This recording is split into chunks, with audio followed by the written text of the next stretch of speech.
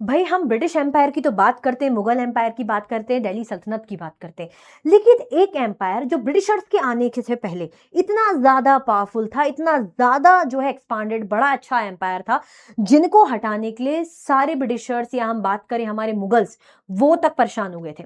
ठीक है, तो काफी ज्यादा राइवलरी, काफी ज्यादा यहाँ पे वॉर्स हमें देखने को मिले थे। तो यस, ये एम्पायर था हमारा मराठा एम्पायर। तो इस चैप्टर में हम देखेंगे कैसे हमारा मराठा एम्पायर राइज हुआ, क्या क्या एडमिनिस्ट्रेशन था, ये सारी चीजें हम बढ़िया तरीके से समझने वाले हैं। सो मैं कोमल, आपके एसएसटी एजुकेटर, आपका स्वागत करती हूँ आपके favourite channel Unacademy Avengers class 6 to 10th में। तो विद इन 15 मिनट या 15 से 20 मिनट्स में हम इस चैप्टर को फटाफट से खत्म करने वाले। बढ़िया बेस्ट से बेस्ट जो है उत्तम से उत्तम स्लाइड्स आपके लिए बना के लाई हूँ मैं आपके लिए। ब्लेस्ड भी हो आप लोग, क्योंकि अच्छी स्लाइड्स बना के लाई हो, हेल्प मिलेगी तो स्क्रीनशॉट भी लेते जाना। Okay, so who are the Marathas. सबसे पहले समझने की जरूरत है मराठास है कौन, मतलब पता तो चले। तो ये कहाँ के नेटिव थे, कहाँ के रहने वाले थे? द डेक्कन प्लेट्यू, है ना। जो डेक्कन प्लेट्यू थोड़ा सा आप देखोगे नीचे वाला ऐसा वाला पोर्शन इंडिया का, तो यहाँ पे जो आपको थोड़ा ट्राइंगुलर शेप का मिलता है ना इस तरीके से, तो यहाँ वाले पोर्शन में हम बोले महाराष्ट्र के, प्रेजेंट डे महाराष्ट्र, वहां पे रहने वाले थे। लैंग्वेज क्या यूज करते थे? मराठी, है ना। इनका अपना जो है ट्रेडिशन था, अपनी परंपराएं थी, है ना, अपने रिचुअल्स थे। 12th सेंचुरी के टाइम की बात करें। Known for their distinct culture, language and warrior spirit. ये जाने क्यों जाते थे, क्या खास था? तो भाई इनका अपना एक अनोखा अपना कल्चर था, मराठी कल्चर की जो हम बात करते हैं, इनका अपना कल्चर, अपनी भाषा, अपने तौर तरीके, अपनी परंपराएं, है ना, अपने रीति रिवाज, और एक वॉरियर स्पिरिट, है ना, जो एक हम बोलते हैं ना वॉरियर, एक योद्धा वाला जो जोश जज्बा, वो हमें यहाँ देखने को मिलता है। तो मराठास कौन थे, ये सारी डिटेल आपको लिखनी रहेगी, स्क्रीनशॉट लेते चलना बच्चा। Okay, foundation of Maratha power and rise of Shivaji. कैसे हमारी मराठा पावर की नींव रखी गई और कैसे हमारे जो है शिवाजी पावर में आए, है ना, महाराज शिवाजी। चलो आगे बढ़ते हैं। अर्ली लाइफ, अगर हम बात करें शिवाजी की, तो इनका जन्म हुआ था 1630 में। शिवाजी थे भोसले क्लैन से थे, है ना, क्लैन होते ना अलग अलग, जैसे राजपूत क्लैन आपने सुना होगा, तो ऐसे भोसले क्लैन से थे। इनके जो पेरेंट्स थे शाहजी और जीजाबाई, ये कहाँ पले बड़े? ये पुणे जो है, पुणे जागीर में पले बड़े, जीजाबाई के गाइडेंस के अंतर्गत, है ना। सो हार्डशिप ड्यू टू डेक्कन सल्तनत एंड फाइटिंग। अब यहाँ पे क्या होता था, डेक्कन सल्तनत में फाइटिंग चल रही है, वॉर चल रहे हैं। तो अगर मैं देख रही हूँ कि बचपन में मैं, मतलब जो जिस जगह पे मैं रह रही हूँ वहां पे मुझे फाइटिंग, वॉर, बैटल, यही यही देखने को मिल रहा है, तो इस तरीके से यहाँ पे चीजें हुई। At 16 begin capturing forts near Pune. 16 साल की उम्र में इन्होंने पुणे के आसपास के जो है फोर्ट्स को कैप्चर करना शुरू करा। मतलब इन्हें लगा कि कैसे मैं धीरे धीरे शुरू, होता है ना कि आसपास लड़ाई हो रही है तो मैं क्यों ना उसका फायदा उठाऊं, है ना। अगर 4 लोग लड़ रहे हैं, उनका काम में ध्यान नहीं है, तो मैं चाहूंगी ना कि चलो मैं कुछ अच्छा करती हूँ, अलग करती हूँ, ताकि भाई जो है मेरे मैनेजर का ध्यान मुझ पे जाए, ऑब्वियसली। तो यहाँ पे इन्होंने क्या करा, वैसे मैं ऐसा सोचती नहीं हूँ लेकिन बता रही हूँ, 16 साल की उम्र में इन्होंने जो आसपास के जो है फोर्ट्स थे, जिन पर कोई ध्यान नहीं देता था, जो वीक से लगते थे, तो उनको इन्होंने कैप्चर करना शुरू कर दिया, कैंपेनिंग शुरू कर दी। इनका सपना था सेल्फ रूल, भाई हम रूल करेंगे, स्वराज्य का इनका जो है सपना था। Focus on strong forts and local support, है ना। जो है इनका जो है फोकस किस पे था, जो स्ट्रॉन्ग स्ट्रॉन्ग फोर्ट्स थे, है ना, जो किले थे, और लोकल सपोर्ट, की आपस में आसपास के लोगों का सपोर्ट भी मैं गेन करता चलूं, क्योंकि बहुत जरूरी है ना कि अगर मुझे आगे चल के राजा बनना है या कुछ करना है, तो मुझे पहले लोगों का सपोर्ट भी तो चाहिए पड़ेगा, कि कब बैटल वॉर में लोगों की जरूरत पड़ जाए। ठीक है, चलो। नेवी फॉर्मेशन, इन्होंने नेवी फॉर्मेशन करा था। तो नेवी फॉर्मेशन कहाँ होगा भाई, समुद्र के किनारे वाले एरिया में। तो एक्सपांडेड टू वेस्ट कोस्ट, मतलब ये जो आपका अगर इंडिया की बात करूं तो वेस्टर्न कोस्ट, ये वाला पोर्शन, है ना। फाउंडेशन मराठा नेवी है, फाउंडेड मराठा नेवी, यहाँ पे मराठा नेवी फाउंड हुई। एम क्या था, अपने कोस्ट को, मतलब अपने तटीय क्षेत्र को, समुद्र किनारे वाले एरिया को प्रोटेक्ट करना, अटैक्स वगैरह से, ट्रेड वगैरह करना, है ना, रिसोर्सेज वगैरह के लिए। तो इसीलिए इन्होंने समुद्र, क्योंकि पहले के टाइम पे क्या है, प्लेन तो आ नहीं रहे, समुद्र के किनारे से ही जो है आना जाना चल रहा है, एक्सपोर्ट इंपोर्ट चल रहा है, अटैक्स जो भी हो रहे हैं समुद्र के पास से। तो यहाँ पे इन्होंने उसको अपना बेस बना लिया, बेस एज इन मतलब प्रोटेक्ट कर लिया, कि कल को जो है ट्रेड हो तो आसानी से हो सके, अपने कोस्टल एरिया को प्रोटेक्ट कर लिया, है ना, रिसोर्सेज आराम से जो है गेन हो सके। क्लियर, चल। कॉन्फ्लिक्ट्स विद मुगल्स, अब इनका मुगल्स के साथ कॉन्फ्लिक्ट चला है काफी। जैसे शेषता खान का इन्वेजन यहाँ पे हुआ था 3 साल, है ना। तो शिवाजी जो है यहाँ पे उनको, मतलब उनको जिस तरीके से वो आए तो उनको भागना पड़ा, है ना। Shivaji night raid force him to flee, जिस तरीके से शिवाजी एकदम से वहां आए तो उनको भागना ही पड़ा। तो मुगल्स के साथ इनका जो है हम बोल सकते हैं कि टॉम एंड जेरी वाली चीजें चली है। क्यों क्यों क्यों ही नहीं चली, आप खुद ही सोचिए। क्योंकि हर कोई चाहता है थ्रोन अपनाना, हर कोई चाहता है अपनी पावर को एक्सपांड करना, तो चलता रहा। शेख सूरत 1664 gain huge wealth, 1 crore spared religious site. इन्होंने सूरत को अपने अंडर लिया 1664 में, काफी अच्छा खासा वेल्थ इन्होंने, अब क्या हो रहा है, अगर मैं किसी एरिया को हथिया रही हूँ, जीत रही हूँ, तो वहां की वेल्थ मेरे यहाँ आएगी, लेकिन इन्होंने रिलीजियस साइट्स को ऐसे हार्म नहीं करा था, तो मुगल्स के साथ ही कॉन्फ्लिक्ट इनके चलते रहे थे।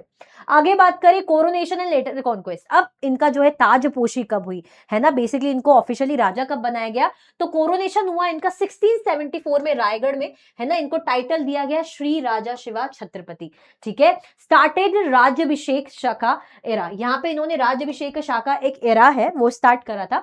दक्षिण दिग्विजय इन्होंने करी थी, conquest parts of Karnataka and Tamil Nadu, दक्षिण दिग्विजय यानी साउथ की ओर गए, तो साउथ में इन्होंने कर्नाटक और तमिलनाडु को भी कॉन्क्वेर कर लिया था।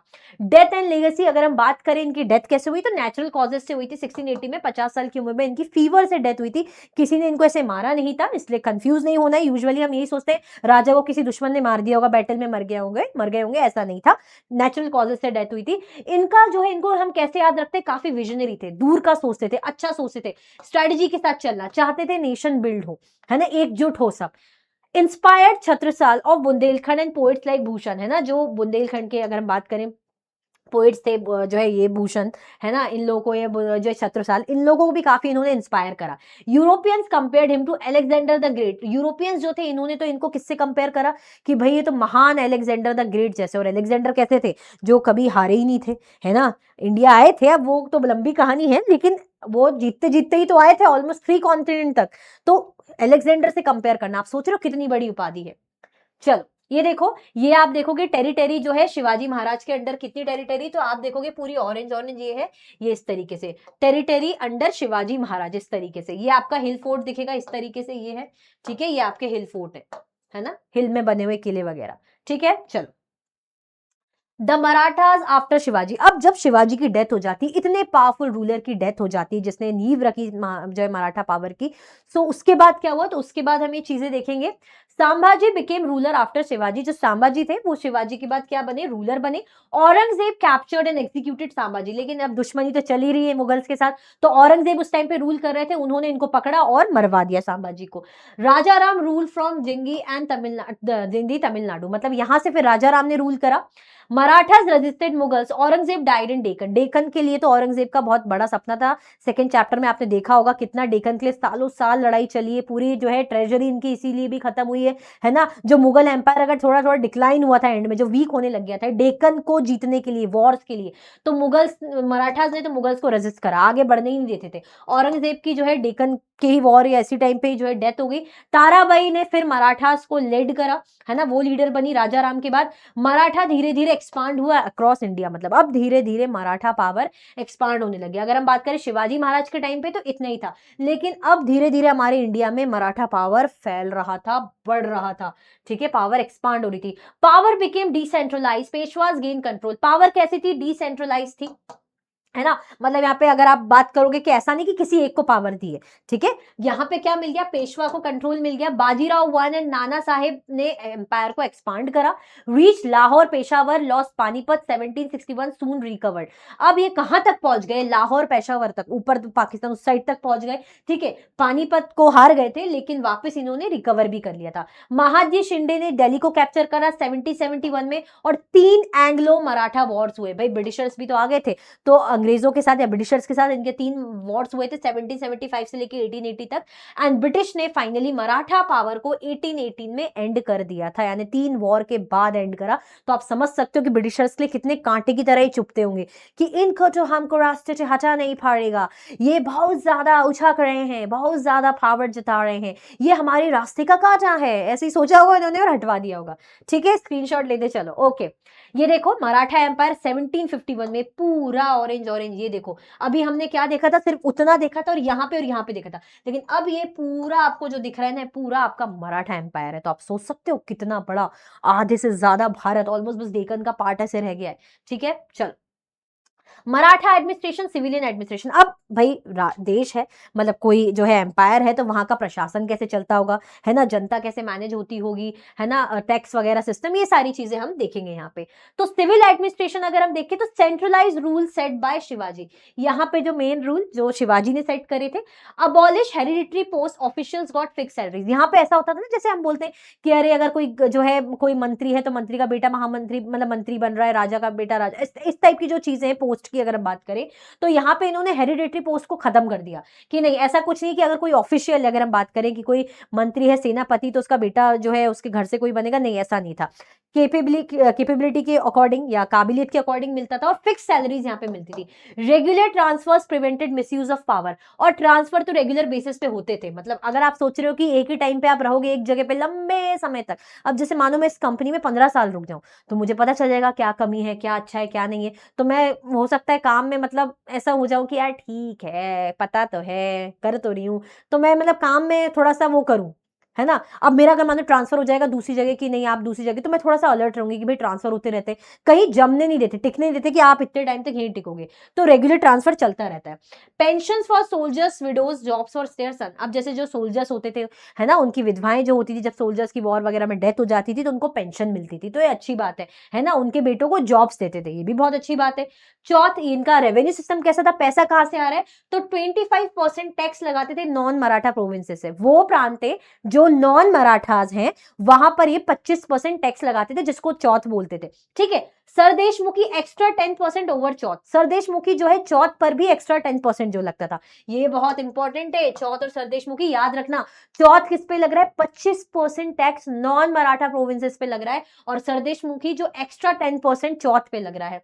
इन return Marathas gave protection to those regions. अब ये लगा क्यों रहे टैक्स, क्यों देगा कोई भी टैक्स नॉन मराठा प्रोविंस, इसीलिए क्योंकि मराठा बोलते थे भाई देख लो हमारा एम्पायर अच्छा एक्सपांडेड है, हम आपको प्रोटेक्शन देंगे, आप हमें टैक्स प्रोवाइड करो। ऑब्वियसली अगर मैं अपनी जान बचाना चाहूंगी, मेरे को प्रोटेक्शन चाहूंगी कि अच्छी पावरफुल मराठा आर्मी मुझे प्रोटेक्ट कर रही है, तो उसके बदले में शांति से रहने के लिए टैक्स दे दूंगी, ठीक है। Some such provinces later join the Maratha empire. धीरे धीरे कुछ प्रोविंसेस खुद ही मराठा एम्पायर को ज्वाइन भी कर लिया था, ठीक है। चलो ये देखो, Shivaji minted gold and copper coins in his own name signifying his sovereignty. देखो अपने ही नाम का इन्होंने कॉपर कॉइन्स जो है मिंट करवाया था। तो अगर मैं अपने नाम का सिक्का निकलवा रही हूँ, यानी मैं कितनी सोवरेन हूँ, यानी मैं सुप्रीम हूँ, मैं किसी के अंडर नहीं हूँ, है ना, मैं अपने आप में पावरफुल हूँ। And the use of the Devanagari script was also an assertion of his cultural identity. और यहाँ पे देवनागरी स्क्रिप्ट का यूज किया जा रहा है ना, मतलब दिखा रहा है कि भाई मेरी कल्चर की आइडेंटिटी है, मेरा नाम है, मैं ही हूं जो हूं। समझ रहे हो कितनी पावरफुल होंगे।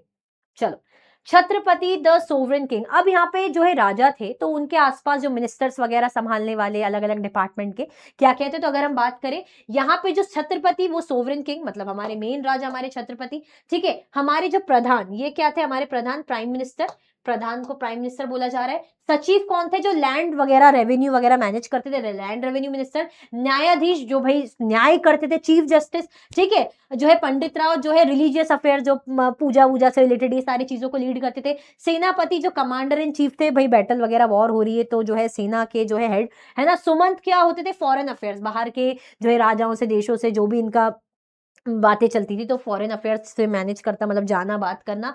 और यहाँ पे जो है मंत्री इंटेलिजेंस मिनिस्टर, भाई दिमाग लगाना, बताना क्या करना है क्या नहीं करना है। अमात्य जो फाइनेंस मिनिस्टर, रेवेन्यू रिलेटेड, पैसा रिलेटेड चीजों को मैनेज करना। तो जैसे आज के टाइम पे हम देखते हैं ना हमारे अलग अलग टाइप के मिनिस्टर्स, सेम वैसे ही है। तो आप समझ रहे हो उस टाइम पे कितनी मतलब अच्छे फॉरवर्ड थिंकिंग वाले लोग थे, उनको पता था कि अलग अलग ये मिनिस्टर्स होना जरूरी है, अलग अलग डिपार्टमेंट को अच्छे से एडमिनिस्ट्रेशन को संभालने के लिए, क्योंकि एम्पायर भी तो बहुत बड़ा था, तो सिस्टमैटिक अगर चीजें चाहिए तो ये होना चाहिए, ठीक है। चलो, मिलिट्री एडमिनिस्ट्रेशन। अब मिलिट्री एडमिनिस्ट्रेशन कैसा था भाई, सबसे ज्यादा अगर कोई भी है एम्पायर एक्सपांड हो रहा है तो उसकी मिलिट्री का सबसे बड़ा हाथ होता है कि मिलिट्री कितनी अच्छी, कितने अच्छे से सेटअप है। आर्मी अगर हम देखें तो आर्मी में इनके पास इन्फेंट्री, पैदल चलने वाली, है ना, घोड़े वाली, नेवी वाली आर्मी थी। कैवलरी की बात करें जो घोड़े वाली आर्मी, तो इसमें बारगिड्स थे, और शील्डार्स। बारगिड्स वो थे जिनको स्टेट पैसा देता था, इक्विप थे, और शील्डार्स वो थे जो सेल्फ खुद से सारी चीजें कर रहे हैं, है ना। तो दो फॉर्म में थे जो है बारगिड्स और यहाँ पे शील्डार्स। European style troops and artillery later adopted, बाद में इन्होंने यूरोपियन स्टाइल की आर्टिलरी, है ना, तोपे वगैरह, ये जो है चीजों का, इक्विपमेंट्स का यूज करना, तो सेना वगैरह तो बिल्कुल यूरोपियन स्टाइल इन्होंने अपना लिया था। अंग्रेज भी तो, यूरोपियंस भी तो आ गए थे, तो पावरफुल अपने आप को अपग्रेड करना भी जरूरी है भाई। ऐसा जरूरी नहीं कि हम अपना फॉर्म अपनाए, अगर हम चाहते हैं हमारी आर्मी पावरफुल हो और इम्पैक्टफुल हो, अच्छा करे, तो हमें अपग्रेड करना चाहिए। तो इन्होंने बिल्कुल यूरोपियन स्टाइल चीजें अपना ली थी। Mahadji Shinde build strong modern army, और अगर हम बात करें मॉडर्न आर्मी बात की, तो महाजी शिंदे ने बहुत स्ट्रॉन्ग आर्मी बनाई थी, तो इनका बड़ा रोल है। वेपन्स क्या क्या यूज कर रहे हैं, है ना, यहाँ पे स्वॉर्ड, है ना, जो है तलवारें वगैरह यूज करे, गन्स, रॉकेट्स, लैंसेस वगैरह इनका यूज किया जा रहा है। क्लियर? चलो, तो इस तरीके से आर्मी की चीजें हैं इनकी, मतलब मिलिट्री की चीजें। मैरीटाइम सुप्रीमेसी, मतलब नावल फोर्सेस भी थी इनका, है ना, हमने देखा था ना कि कैसे इन्होंने बनाया था अपने कोस्ट को प्रोटेक्ट करने के लिए। Shivaji build strong navy for west coast, हमने पढ़ा था ना, वेस्ट कोस्ट को जो है प्रोटेक्ट करने के लिए शिवाजी ने स्ट्रॉन्ग नेवी बनाई थी। कान्होजी अंग्रेज वॉन मेजर नावल बैटल्स, और जो भी जो है पानी वाली बैटल्स हुई, नावल बैटल्स हुई, तो कान्होजी ने काफी बैटल्स जीती हैं। चैलेंज यूरोपियंस कार्टर सिस्टम, है ना, जो यूरोपियंस का कार्टा सिस्टम था कि ये दिखाओ तब आप एक्सपोर्ट वगैरह कर सकते हो, ये कर सकते हो, तो उसको इन्होंने चैलेंज करा। Europeans called him a pirate, भाई उनको तो पायरेट बोल दिया। पायरेट का मीनिंग क्या है आप लोग मुझे बताओ, पढ़ते हो ना, देखा भी होगा पायरेट्स ऑफ द कैरिबियन, है ना, उसका जो है थीम सॉन्ग भी सुनते होंगे, है ना। सो भाई बताओ क्या होता है पायरेट का मीनिंग। चलो, जुडिशियल सिस्टम कैसा था भाई, न्याय कर रहे हैं तो न्याय का सिस्टम कैसा है, तो एफिशिएंट एंड फेयर सिस्टम है। रेयरली यूज डेथ पेनल्टी, मतलब बहुत एफिशिएंट था, बिल्कुल न्याय होता था सही तरीके से, और डेथ पेनल्टी जितना ज्यादा हो कम से कम ही होती थी। ऐसा नहीं कि बस गुस्सा आया डेथ पेनल्टी, नहीं, कम से कम होती थी। पंचायत कैसा था, यहाँ पे जो लोकल बॉडी रहती थी, जैसे हमारे गांव वगैरह की रहती ना पंचायत, पंच बनी रहती, तो वो लोग जस्टिस डिलीवर करते थे। Appeals could go to a Maratha chief, अगर आप अपील कर रहे हो कुछ भी बड़ा लेवल की चीज है तो आप मराठा चीफ के पास जा सकते हो। पुलिस होते थे जो कानून व्यवस्था को मेंटेन करते थे, जैसे पुणे, इंदौर जैसी सिटीज में ना, बड़ी बड़ी सिटीज में, ठीक है, कोतवाल हुआ करते थे। तो ये जुडिशियल सिस्टम था, न्याय करना, कानून व्यवस्था को मेंटेन करना। ट्रेड नेटवर्क्स, भाई अगर आपको अर्न करना है, अच्छा ग्रो करना है, कॉन्टेक्ट्स बनाने हैं, है ना, तो ट्रेड भी अच्छा होना चाहिए। तो शिवाजी ने ट्रेड को बहुत प्रमोट करा, और मैरीटाइम कॉमर्स पे बहुत बिलीव करते थे, का पार्टिसिपेट करा। मैरीटाइम यानी पानी के थ्रू जो इनके जो भी ट्रेड चल रहा है, शिप्स जो है इनकी कहाँ का ट्रेड करती थी, मोचा, यमन में, मस्कट, ओमान, मनाका, मलेशिया, मतलब यहाँ या इन लोग का ट्रेड चलता था। ट्रेडेड गुड्स, अब गुड्स क्या ट्रेड करते थे, जैसे गोल्ड हो गया, टेक्सटाइल्स वगैरह का ट्रेड होता था। Road, bridges, ferries build for land and river transport, अब लैंड और रिवर ट्रांसपोर्ट के लिए इन्होंने रोड बनाई, ब्रिजेस बनाई, भाई मतलब सामान एक जगह से दूसरी जगह ले जाने के लिए रोड होनी चाहिए, ब्रिज होना चाहिए, है ना, ये सारी चीजें बनवाई ग्रोथ के लिए, ताकि ट्रेड अच्छे से हो पाए, ट्रांसपोर्टेशन अच्छे से हो पाए, तभी तो ग्रो करेंगे। कल्चरल रिवाइवल, अब बात करें कल्चर की, तो भाई हाँ, अपना जो है डिस्टिंक्ट कल्चर था। शिवाजी इंस्पायर्ड सक्सेसर, शिवाजी ने अपने जो आने वाले लोग थे उनको बहुत इंस्पायर करा। Bhosles of Nagpur promoted local culture, इनका जो अपना लोकल कल्चर था इनको बहुत प्रमोट करा। जगन्नाथ वर्शिप जो पुरी में होती थी वो मराठा सपोर्ट ने रिवाइव करी, दोबारा शुरू करवाई। Remarkable Maratha women made notable contributions, जो मराठा वो औरतें थी, मराठा वुमेन्स थी, उनका भी इनके कल्चर को बनाने में, है ना, कल्चर का इम्पैक्ट डालने में, कल्चर को और बढ़ाने में बहुत बड़ा रोल हमें देखने को मिलता है। ठीक है, क्लियर हो गया। जब मराठा कल्चर की बात करते हैं, ये देखिए, ये क्या है, एक पुरानी जो है तंजावुर जो है स्टाइल पेंटिंग है, जिसमें दिखा रहे गोल्ड जो है delicate gold foil work that lens it a rich radiant appearance, this style furnished under the patronage of the Marathas, मतलब ये जो दिखा रहे हैं ना बिल्कुल गोल्ड स्टाइल के जो इस तरीके पहने हुए ये सारी चीजें, तो ये कहाँ है, मराठास के अंडर ही हुआ था ये सारी चीजें, डिजाइन वगैरह ये सारी। अगर आप पेंटिंग्स की बात करें तो मराठास के अंदर ही, भाई कोई राजा है, किसी को अगर किसी कला को जो है आगे बढ़ाना है, संरक्षक है, तो ये राजा लोग करते थे, जैसे हम पढ़ते थे ना कि मुगल्स वगैरह, दिल्ली सुल्तान। सो ये आपका पूरा मराठा एम्पायर, तो आप देखोगे इतना बड़ा आपका मराठा एम्पायर है, इसको मैनेज करने के लिए पूरा रेवेन्यू, ये मिनिस्टर वो मिनिस्टर, क्यों, ये सारा एडमिनिस्ट्रेशन इतना पावरफुल था। तभी मैंने स्टार्टिंग में बोला था आपसे कि ब्रिटिश एम्पायर से पहले जो अच्छा पावरफुल एम्पायर था मराठा एम्पायर था। क्लियर हो गया। So, challenged Mughal dominance, created largest Indian empire before the British, इन्होंने मुगल डोमिनेंस को चैलेंज करा, बैंड बजा रखी थी मुगल्स की, डरे हुए थे, और ब्रिटिश एम्पायर भी घबराए हुए थे, तभी तो 3 एंग्लो मराठा वॉर हुए थे कि भाई मराठा पावर को तो रास्ते से हटाना है, ब्रिटिशर्स को लगा, और जो है लार्जेस्ट इंडियन एम्पायर था ब्रिटिशर्स के आने से पहले। Established efficient administration and revive Hindu traditions without discrimination, इन्होंने अपने एडमिनिस्ट्रेशन को बहुत सही तरीके से जो है वो करा, जैसे हमने रेवेन्यू का देखा, मिलिट्री का देखा, है ना, हम जो है कल्चर की बात बात करें, इवन इन्होंने हिंदू ट्रेडिशंस को भी जो है काफी उठाया, रिवाइव करवाया, है ना, विदाउट किसी भी प्रकार के discrimination. For bravely for Swaraj, resisting oppressive and foreign rule, इन्होंने अपने सेल्फ रूल के काफी लड़ाई लड़ी, है ना, जो भी ऑपरेसिव और फॉरेन रूल था उनको रेजिस्ट करने की कोशिश करी, मतलब कोई भी अगर दूसरा इन पे अटैक करना चाह रहा है तो रोका, रेजिस्ट करा। Inspired Indians to believe in self governance, इन्होंने इंडियंस को इंस्पायर करा कि भाई खुद की सरकार, खुद की गवर्नेंस होनी चाहिए, खुद का रूल होना चाहिए। Sowing seeds for freedom movement, आजादी के लिए अगर जो बीज यहाँ से बोया गया ना, शुरुआत की गई, वो यही से शुरुआत की गई। ठीक है, सो आई होप आपको इतना बेहतरीन, इतना प्यारा चैप्टर इतने शॉर्टेस्ट वे में अच्छे से समझ में आएगा। इतनी प्यारी प्यारी ब्यूटीफुल स्लाइड्स मैंने आपके लिए जो बनाई थी बड़े मेहनत से। तो मैं तो आपसे यही बोलूंगी कि बच्चा ज्यादा से ज्यादा लाइक करो, अपने दोस्तों की हेल्प करो, शेयर करो, कमेंट करके बताओ कैसा लगा और क्या आपको चाहिए मैं और बता सकती हूँ और क्या अच्छा ला सकती हूँ। और चैनल को सब्सक्राइब करना बच्चा बिल्कुल भी नहीं भूलना है, ठीक है। और अनअकैडमी के बैचेस पे सब्सक्रिप्शन पे जो है ऑफर चलते रहते हैं। आप क्या कर सकते हो, मेरा कोड KG09 यूज कर सकते हो डिस्काउंट पाने के लिए, ठीक है। सो आई होप आपको आज का लेक्चर बहुत हेल्पफुल, बहुत अच्छा लगा होगा। इसी तरीके से हम मिलेंगे नेक्स्ट चैप्टर के साथ। Thank you so much for watching.